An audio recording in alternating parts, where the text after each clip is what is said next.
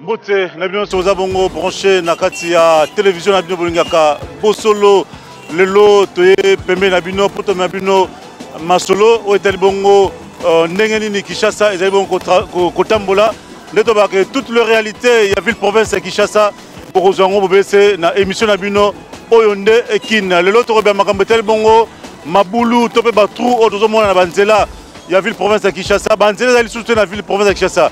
Toza awa na kapela boromona mi pena pembe na maître Toro mutuka derenga ekangami.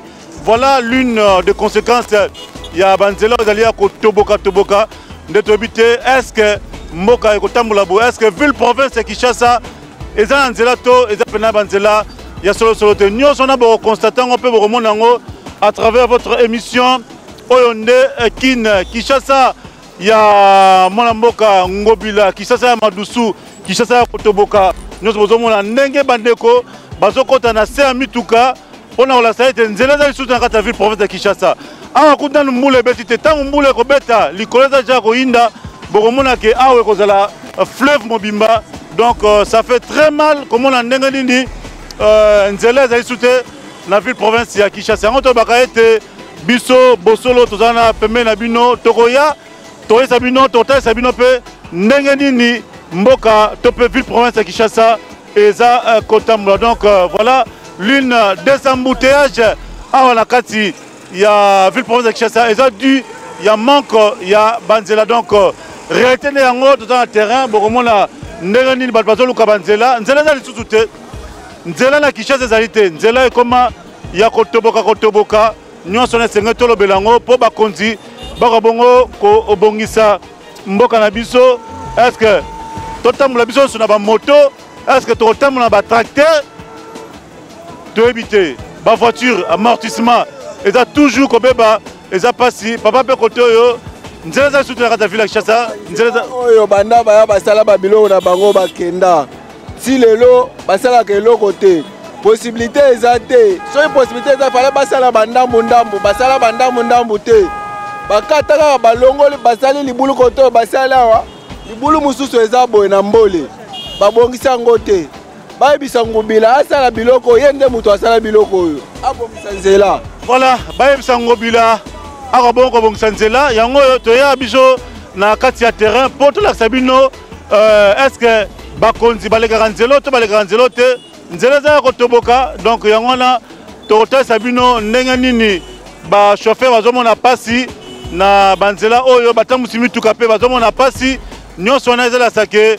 Il y a beaucoup à faire na kati ya ville province ya Kinshasa et senge bon ba bongisa banzela pour que bana Kinshasa batambola malamu. Donc papa moza kolemba bonne santé et santé za calme.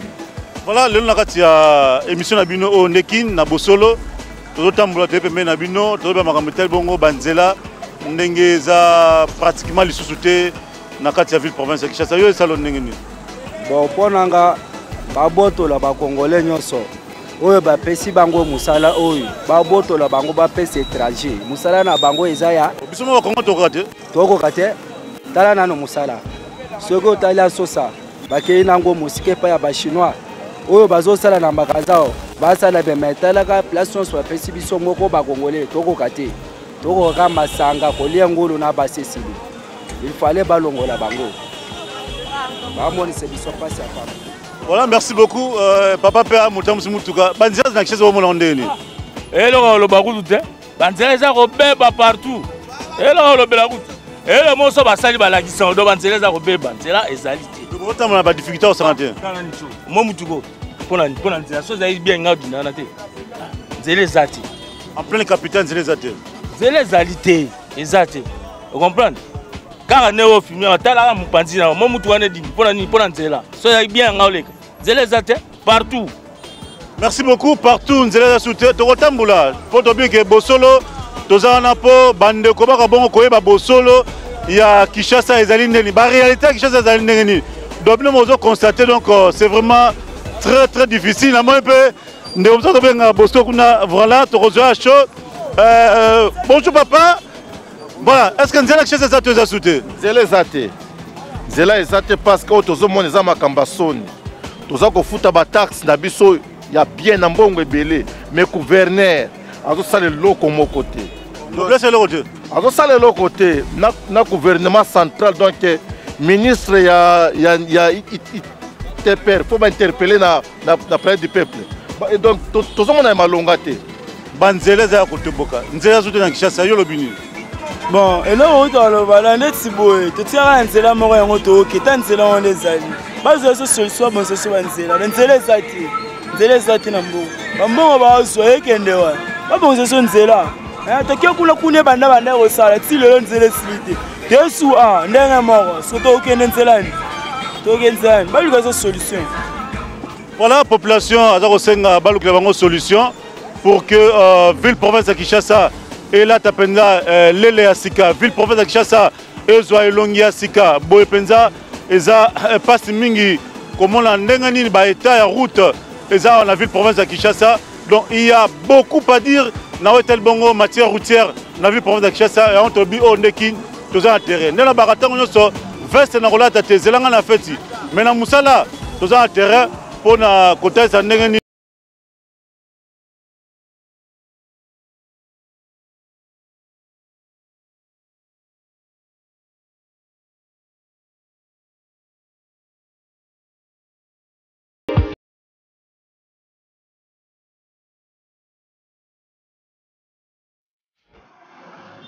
Voilà, nous allons continuer dans l'abisso.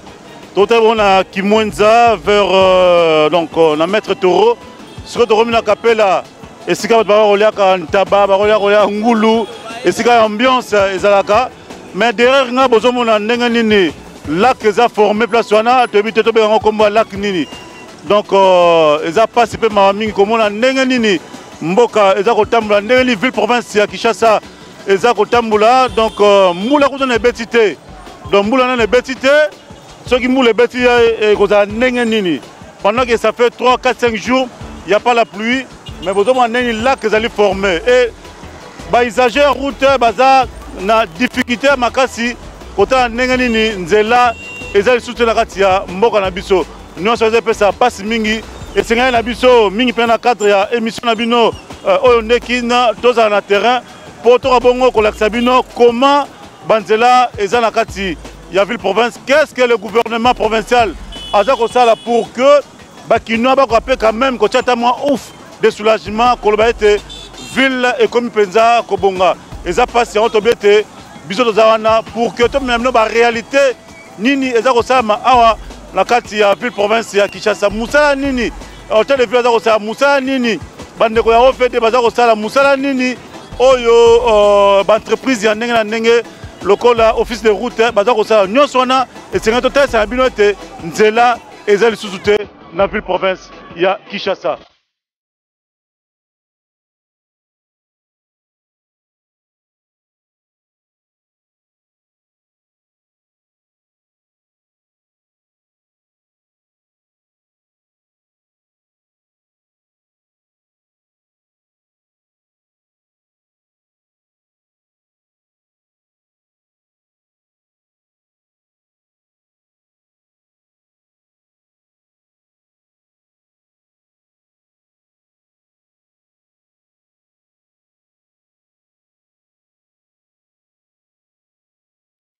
Voilà, to yesiko awa na avenue Lumumba, avenue Lumumba so utina Kapela, donc ekobimisa utina 12e rue.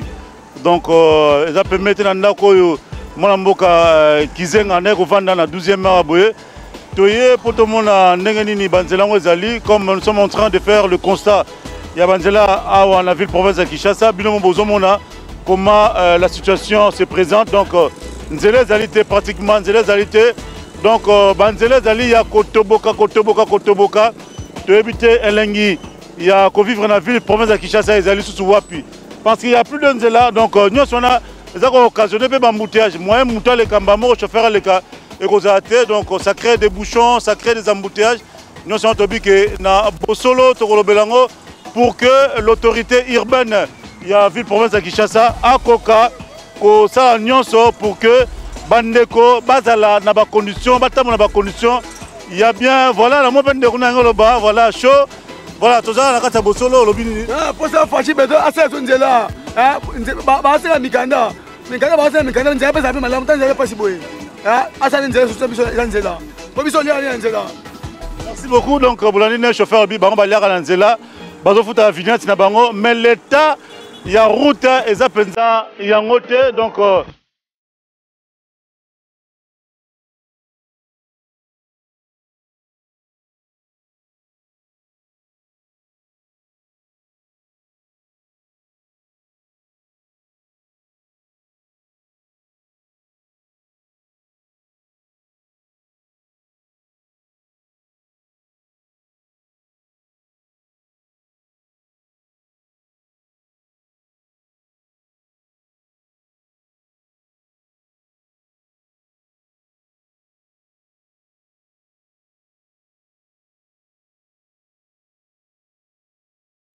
voilà, si vous avez na route université, non loin il y a place au Bino Sobebaki, Libouluman Zengele, Bozomona État Yanzela Nengezali, ça fait très mal comme on a, il y a de cela plus ou moins une année, 9 mois, pratiquement 2 ans, Kenzela Batonga Kiango, le long Nzela il sous-souté. Donc, n'habitez, Nakishasa, ce que l'on met en chinois, est-ce que Nzela a boy, Mbong et Bimi? Mais après 2 ans, Nzela est comme un État. Vous trouvez ça normal? Maintenant, vous faites un bureau, vous faites un bureau, vous faites un biso, biso le lot pour la bamboula, pour la rosa moussala, pour la relaxer bino, que Nzela a sous-souté. Voilà, Robini papa. La biso ne va pas maman goudou, tu vas on fait de l'inga, voilà, donc on a dit que bacha béton, on a malamu. Donc après 2 ans, tu as Nzela bota Nengezali. Tota Nengezali. Est-ce que tu as Lingimboka, tu as Lingimboka? Voilà. Batbalia Kambonga Kishasa, Euro, Bafana, Babiro. Bata bien. Mais Bisto, tu as Kambonga Kishasa, tu as Moussa pour la Kishasa, tu as pour la Bamboula. Ça fait très mal. Est-ce que nous aimons ce pays? Est-ce que nous aimons la ville province de Kishasa? Voilà. Comment Bandewada Otamboula, la difficulté énorme. Voilà donc. Et ça passe aux conseils au Tamboula. Il y a un tobaki. Oui, papa Lobi. Elle n'est pas commis. Moi, je voulais être un père. Je suis Sika. Je suis un homme. Je suis bien. Dans la minute, je vais amortisser les là. Amortisser les là. Voilà mon frère, bonjour. Bonjour chef. Vous avez un solo, une émission, Nzela, ça fait combien d'années que vous avez fait? Nzela, une année kaka. Nzela, banda yo bukana. Et ça l'on n'est pas nanga vraiment c'est bien pour qu'on ait l'avantage nanga mona na avantage la population. Toi na ba moto na nzela awa nzela za robukana ba mbouteya moto zo bukana ba donc comme un problème ba koni bala ta mawa wana ba sunga biso. Et mawate, eza droit na biso population ko le baso marmeta ma ba ramna makamni. Bon en fait ba koni na pour na biso pour 2022 ezali. Nga musala nga eza moto na chauffeur. So na tendela na tamo na ozwambongo na récompenser bango so ba récompenser ngapelo na le bela bala tabawa bala na société to petit pe ba songa biso andela to c'est na socialité to c'est ngama manzela. Voilà bongine bande bazo lo ba bayoke la population mawa eza koyoke la population mawate eza ne droit ya population parce que la population peuple congolais a futa ba taxe na ye azo futa ba impôt na ye mais quand il y a des détournements Moussa bazo ça eza na qualité te. On a usage unique, voilà route usage unique, Nzela sous-souté. Ça fait très mal. Merci beaucoup. Nous allons continuer à remata. Tout la Sabino Nenganini. Banzela on a la ville province de Kinshasa. Voilà, tozu pe papa, oza pembe na biso aboye, tant ozo ka tozo ba makama boye. Na mona ki pembe pene salo pasi, ya mona ki intervenir. Souci nous a nini par rapport à Nenge. Banzela ya Kinshasa combien kotoboka toboka. Souci nanga eza boye. Nazomona neti batongo bazosala banzela bazolia mbongo pamba. Po université esalami mikolo mibalo. Bokasa wana esalami mikolo mibalo. Mais naza komona toujours ba mituka tambolika mukobo toboka. Mais série obiso tozaka ya Mobutu banzela ezai kotoboka boye te. Nde souci nanga eza nde société ezosala nzela wana bato wana bazolia mbongo. Pourquoi bazolia mbongo baluka société net ba japonais ba banda kosala banzelo po basala ka banzela bien.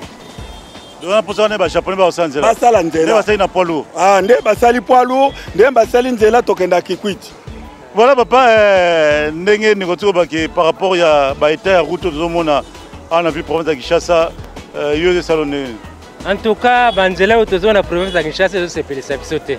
Papa est comme na Kinshasa embouteillage comme na nzela partout. Comment se fait-il? Tout le monde nzela donc tozo na presse moko. Pour la okenda donc to kana na machine ko tozo na presse moko. Lelo le wala bakanga nzela ko na quartier tozo bongisa nzela. On peut placer au Bongsango égalité. Nous sommes se passe. Il fallait que le président Nabiso ait un souci de la population. Population, tous la circulation est bien. Circulation est bien. Égalité, embouteillage dans les coins partout. On a une place, on a une hernie, on a un tongo, on a une place dans la carte. Pourquoi? Pour Nanine. Et ça, c'est un bon. En tout cas, égalité, on a passe belé. En tout cas, le président Nabiso Chichi, attends nous, souci à peuple. Nakata kotambula tozana pasi kotambula makasi nakata nzela. Voilà Nebabi président Tshisekedi azala na soucion la population pour que makambango ko changer. Banzela il y a des entreprises au sam salango. Maintenant monsieur sala maboye. Ba usage unique yo. Mais pourquoi les responsables de l'entreprise ne sont pas interpellés? Pourquoi? Et comment on cop ou bien comment on délit? Est-ce que nous avons vraiment le souci à Kinois va vivre dans la condition malam ou bien ça n'est oui, c'est un peu de temps pour vous mettre dans le bouc en chaque jour, bamboulé, dans le bouc en arabe. C'est pour ça que nous avons béton. C'est pour ça que nous avons béton. On a l'habitude de contambo comme un soungane, un soungabi, ça va tenir béton. Ça fait combien d'années? Oh, on a connu banda 15 ans que tu as. Banda basalango na tango wana tamungu dia kazalaki na bomoi. Ti lelo ezaka bétonné. Et boulou moté ba katanité. Basala pendeng wana. Merci beaucoup. Oh, vraiment ça. Voilà, ndonga baksa. Voilà pas mangamanzelo pas to lembi, esa université ma boulou boy. Ba paso tambola bien te, mais kula ba rouler paso kanga ba paso senga tombo menzele bonga te. To keti api. Bila ba to linga te na mboko nzeza ngo to bae. To bae penza to bae. Makambo ba osala biso ya bien te. Ba to ba tiki so makambo. To so ma ba quittance ngo, ba so ba quittance. Mikande eza complet mais musanza ba osala biso te. Ki mwenza nga ba sundola biso ka ndengo ba sala so bien. Merci beaucoup. Voilà, on a exagéré route n'engé bada koloba. Donc nous avons besoin de loba par rapport à Nzela et ça ce qui n'est pas papa. Bazo nyoka mabana o bazo kemba tande ne tuki ta mabulu. Ba moto ba bisa mo ba soma mais ezo pe baka yango mo kana na une semaine monter tebi. Pour ni mabulu personne bien te. Bo bon ça bo chata beto bien. Bo to kemba. Kino za okemba. Ya zo banilaka to zo bake. To bon samboka na biso.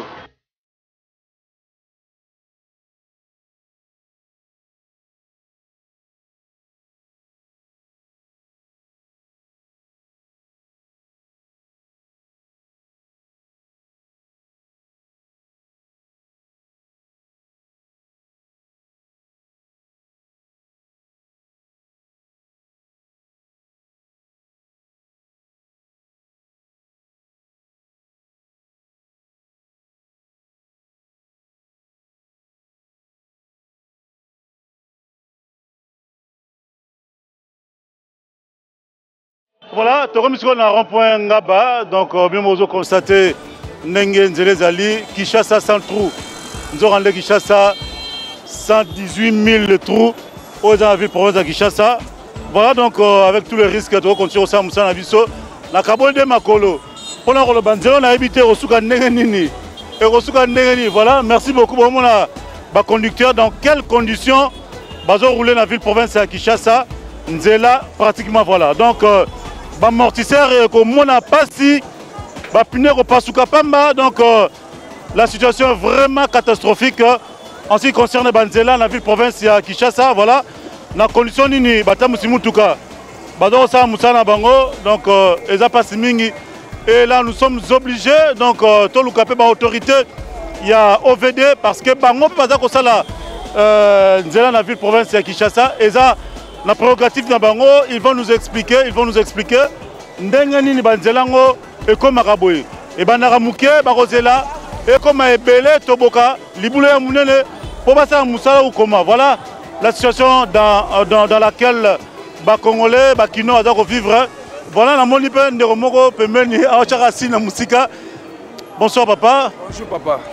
toza na rond-point Ngaba tomoni ndenge banzela ezali tozobela makambo tel bon politique ya nzela na ville province ya Kinshasa batrou nzela ezali te yo mani.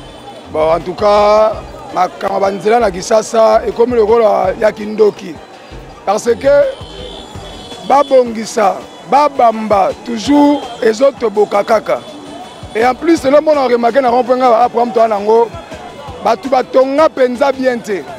Bato batongi bandaku na bango, ba-indien batongi bandaku na bango, basali bakandation ya maïté. C'est pour cela que tango nyo soki mbule beti nati nzela oyo. Watu ko sala ngo kalami ya desela ba 8 mois babongisi yango. Donc 8 mois nzela ko mboye. 8 mois. Donc comment ko la remo ko ya bandoki. Donc non bandoki te, c'est-à-dire qualité ya musala zaki malamu. Non. Qualité ya musala ekozala ya malamu. Mais tellement de souffrir. Embouteillage nyonso esalema awa eza mpona libulu oyo tozosomba bakitasi ya 1000 fois bobimisi baja mibale fo batia prix ya transport toyeba mpo baja batieli bango na nzela bazoderange biso likambo ya prix ya transport. Merci beaucoup tozoi na ndeko na biso tonnerre olobela. Donc ata leta bato abongisi na ye nzela na ye okomonaka umela te eye kaka boye doyo batu ya Kinshasa ya kindoki mais oyebi te ke no de balinga mabengi mingi soki omoni bisika nyonso libulu eza mpe are ya bandoki ya butu. Voilà donc bande robot circuler biso do continuer cette émission na biso. Voilà donc bami tukeza ko ganga lokwa ne likambo vraiment ça c'est pénible ça vraiment donc depuis on a mama kindoki te comme na kindoki doit ta ça musala qualité bien te yora kindoki ezo c'est comme na kindoki o nga na yebi nzela ko sala ka boyete rond-point Ngaba eza tellement munene mingi ezosenga mpe soki station ekolongwa bakolongwa problème te ese biso station elongwa eke na triangle ndenge toyebaki mais tomoni échange batie station mosusu na triangle oyo ya rond-point eza kaka il faut vraiment elongwa baluka moye batia parking ya bien mpo nzela oyo ezala mpe malamu biso tolingi toloba kaka problème ya nzela soki mpena bolimbisanga mpona terme gouverneur de la ville soki azokoka te apesa ta population baattache neti baseko bazawa baso ba ONG baza ebele bakosunga ta mpona nzela oyo problème ezopase na nzela oyo ezaka problème ya gouvernement etali population te yaso bandeko ya OVD bandeko mpe ya hôtel de ville mingi mpena mwana mboka Gentidingo Bilambaka oza koyoka ndenge nini bana Kinshasa bazobake soki ndenge wana te otika na yo eza pasi wana nde bango baza koloba eza point de vue na bango.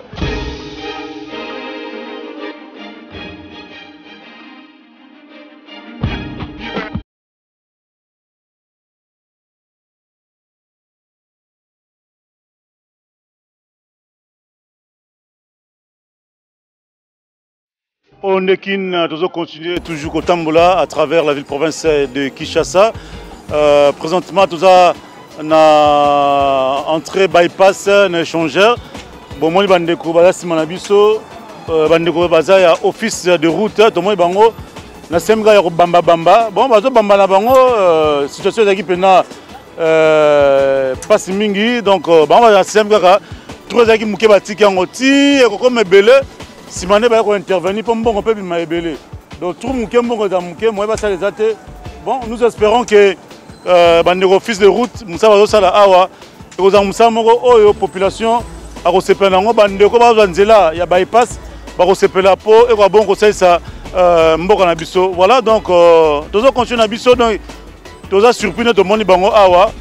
Bon, ezaka to bolobaka côté ya mabe bolobaka mabe yango tomoni bandeko bazosala musala tolakisi bino yango tozaka rendre mpona kocritiquer négativement eloko ya malamu tokumisaka oyo ya mabe bokutana na biso na nzela nde oyo ndeki nde yango wana esika bourgmestre azosala musala malamu te tokoloba gouverneur ville province ya Kinshasa azosala musala malamu te tokoloba baministre provinciaux bazosala musala malamu te tokoloba yo chef du quartier musala koteka bamapango ya bato tokoya mpe koloba ngo na oyo ndeki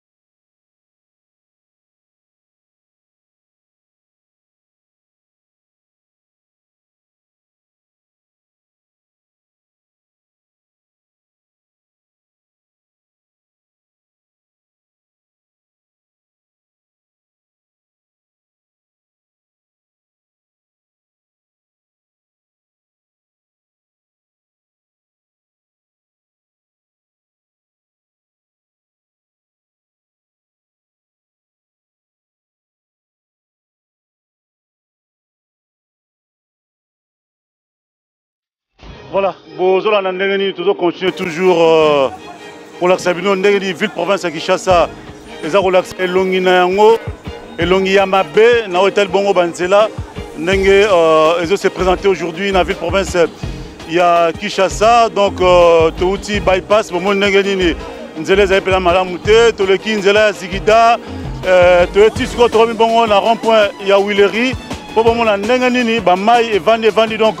Il y a un peu de créer un embouteillage et ça le long de la ville province de Kinshasa. Donc tout ça avant de bien Toro Lukape, bande Kolabiso, il y a OVD, topé fils de route. Bango pe ba récupérer ce makansi. Autre chalo boko na bango entre office de route ou soit OVD.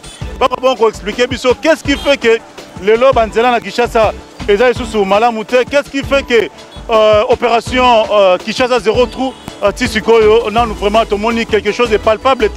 Nous sommes aux Amala, puisque Bossolo, tout ça au cœur de l'investigation. Investigation, tout ça dans le terrain. Et puis, tout le capé, Mboka, Topé, le nœud à problème est Vani et Siganini. Voilà un peu, nous continuer. Na Masona Bisso, Torosuki Seyango, na l'une des autorités, il y a entreprise Mibale, Totangal Bino, pour peut-être version de fait Nabango. Par rapport, il y a Banzela, Ndenganindi, Eza Rotoboka, Eza Rodérangé, Bata Moussimutuka, Eza Rodérangé, Bandegonabiso à moto. Oui, bonjour Bandego. Par rapport à Banzela, Ndengele Zali, la ville de Kinshasa, situation pour tout le monde. Situation Tozanango, il faut créer une zela secondaire, donc une route secondaire pour que l'embouteillage parce que la population a des camions. Na ba venture ba comme belé na ville na biso ya Kinshasa ba embouteillage oyo poto bunana ngo il faut créer ba route secondaire, donc il faut tous en ba route secondaire ya ko bimara boulevard pressé et belé poto bunda na eloko ya ba embouteillage à chaque fois. Par rapport à ba trou ndengeta nzeza malamu te lobini bon état nzela eza malamu te, il faut ko bongisa et pas ba konzi ya mboka, il faut ko talela biso nzela ba to VD ba to office de route, il faut ba sala que Banzela là à bon état pour que Batoba Banoleka très bien parce que Banzela nous sommes à bien. Voilà, on est dans le baraka. Tous en apprenant Bino parce que Bossolo télévision, de Poté Sabino, Negeni Makampenza et Sengé Bongo Kozala. Voilà, Toro Lukape Bandeko, Obata Bongo ba autorité, ne Bandi Badotan ba comme office de route, Badotanga, il y a OVD pour que Bako Bongo expliquer Biso réellement. Politique de pour Banzela et Malamu en la ville-province de Kinshasa.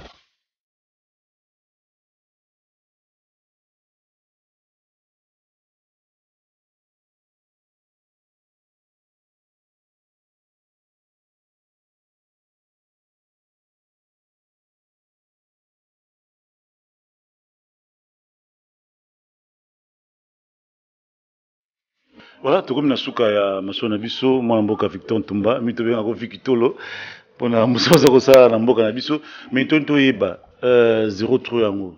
Ekusama na ba commune ni bisika ni na Banzela nini po bana Kinshasa bayeba, po bango pe ba osima pe big na maboko, pona suka bayeba ke est-ce que sika balaka ki biso basali to basali yango te.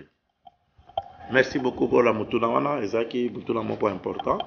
Pour Batouba et Baïsikadine. Ah, on a outil que Sabino que Tokosala dans 4 districts, c'est-à-dire Funa, Lukunga, Moamba et Tchang.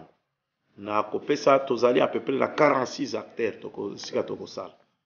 Na Bandi, l'avenir démocratique au Babengaka Willery, puisque Baby Wana, na Katia commune à Lingwala, Tokosala Lago. L'avenir Tango, les alliés avenir, les alliés dans le quartier. Sosimat kuna tango oyo la minoterie moko ezalaka wana pembeni ya hôtel diplomate ouais to salela avenue Basoko ezali na Kitambo bon Gombe Kitambo ezali côté ya Demiapla voilà l'avenue Walungu ezali na kati ya Météo to salela Tozali na avenue Ikelemba na Kalamu kwa Kasavubu Kalamu Ikelemba. Tozali na avenue Kananga 1 et Kananga 2 ezali na kati ya Ngaliema. Tozali na avenue Kabasele na commune ya Barumbu. Allée verte na Ngaliema. marine na Ngaliema pembeni ya Ipen wana te touriste na Ngaliema tozali na avenue Ekiri en passant par Jean 23 bomoni mabulu ezali wana église Jean 23 tosale lango tozali na avenue Bangala na Kitambo tozali na avenue Oya 1 Oya 2 ça signifie tokobanda partir ya saute mouton ya Sosimat toke nango ti toleki Shoprite ti Kitambo magasin tozali na avenue Itaga dans le tronçon Kabambare Itaga tozali na avenue haute tension ezali na Ngaliema tozali na avenue ring 1 ring 2 ring 3 ezali na ma campagne Ngaliema tozali na avenue Saint Christophe eleki awe pa na biso na OVD esika tozali ya tozali na avenue Komoriko na Kitambo tozali na avenue LDK Laurent Désiré Kabila na tronçon Grand Malik avenue des Ekiri tozali na tronçon Kasavubu et Kasavubu l'avenue Kasavubu parti à Gombe tronçon commerce Tombalbay tozali na avenue du Livre eza na kati ya Gombe tozali na boucle hôtel de ville zinga hôtel de ville pour baby tokosala lango tozali na avenue Kalembelembe na Lingwala bypass du côté à Cité Verse na triangle wana tokosala lango avenue Kasavubu à partir du commerce avenue commerce ti Victoire ba mabulu nyonso ezali wana ekosila toke na district ya Moamba nazali na entrée de Matete sous région momoni esika pont wana ekomi Mindondo tokosala lango entrée wana boucle Pierre Moulele ezali na kati ya Matete bretel échangeur na tour ya échangeur na lokola ozokende Lemba tozali na Yolo avenue Yolo na kati ya Kalamwa avenue Université donc kobanda Kapela wana à partir toloba rond-point Suzanne la wana o matiti rond-point Ngaba tosala tozali na Congo Japon c'est le poids lourd ba mabulu ezali wana il faut tosilisango avenue Mulumba Kache eza na Lemba avenue Timbiri eza na Lemba route de Kindele boyebi ke route ya Kindele toza na érosion pe poko makasi kuna il faut tobungisa ngo maintenant ça c'est du côté Funa maintenant tozali na avenue Gambela force publique Victoire force publique tozali na avenue Libération na côté ya Ipen libulu moko ya munene ezali wana ekosila tozali na avenue Gambela à partir enseignement rond-point Gambela l'avenue Victoire à partir de rond-point Victoire Koyati Université ezala ba mabulu ebele tozali na avenue Chabalandu Ngiringiri vers Bumbu tozali na avenue Sport Asosa Sayo na commune ya Kasavubu siko na commune na district ya Changu tozali na boulevard Kinkole l'entrée à Kinkole wana eza dégradé tokosala lango l'avenue Mobutu na Masina première entrée en Njili na Njili l'avenue Bosango ezali l'avenue ya Sotraz côté aéroport avenue Njoku wana Bosango tozali na boucle Kimbetele ezali na Njili tozali pe na baruti santé ezali côté ya cité verte wana banzela oyo programme ya 0 tour ekosalela